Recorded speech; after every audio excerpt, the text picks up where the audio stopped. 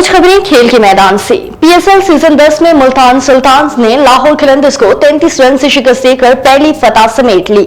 सरजमीन ओलिया मुल्तान में जारी इवेंट के 12वें मैच में मुल्तान सुल्तान्स ने टॉस जीतकर पहले बैटिंग करते हुए मुकर्ररा 20 ओवर्स में 5 विकेटों के नुकसान पर 228 रन बनाए। मुल्तान सुल्तान्स की जानिब से यासिर खान धुआंधार इनिंग्स खेलते हुए 87 रन बनाकर नुमाया रहे। उस्मान खान 39, कप्तान मोहम्मद रिजवान 32, एस्टन टर्नर 15 और माइकल बेसिवल 9 रन बनाकर आउट रहे।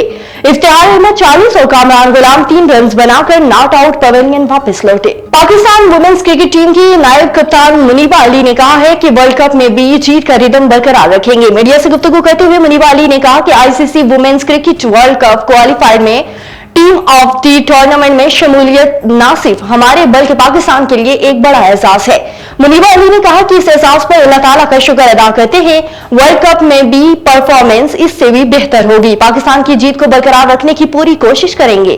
पाकिस्तान वुमेन क्रिकेट टीम की नायब कप्तान का कहना था कि पहली बार पाकिस्तान वुमेन्स टीम ने किसी इवेंट में 2 वार्म अप मैचेस और 5 मैचेस जीतकर कारनामा सरअंजाम दिया है। और फ्रेंचाइज ने मैच फिक्सिंग सवाल की तरदीद करते हुए उन्हें गुमराहकुन करार दे दिया। राजस्थान क्रिकेट एसोसिएशन की एडहॉक कमेटी के कन्वीनर जे डेपिक बहारी ने आईपीएल 2025 में राजस्थान रॉयल्स की लखनऊ सुपर जायंट्स के हाथों 2 रन की शिकस्त पर सवाल उठाया था। इल्जामात पर रद्दअमल देते हुए राजस्थान रॉयल्स के एक सीनियर एहलकार देव राय ने कहा है कि ये इल्जाम गुमराहकुन, झूठे और बेबुनियाद है। हम एडहॉक कमेटी के कन्वेंस के तमाम इल्जामात को मुस्तरद करते हैं।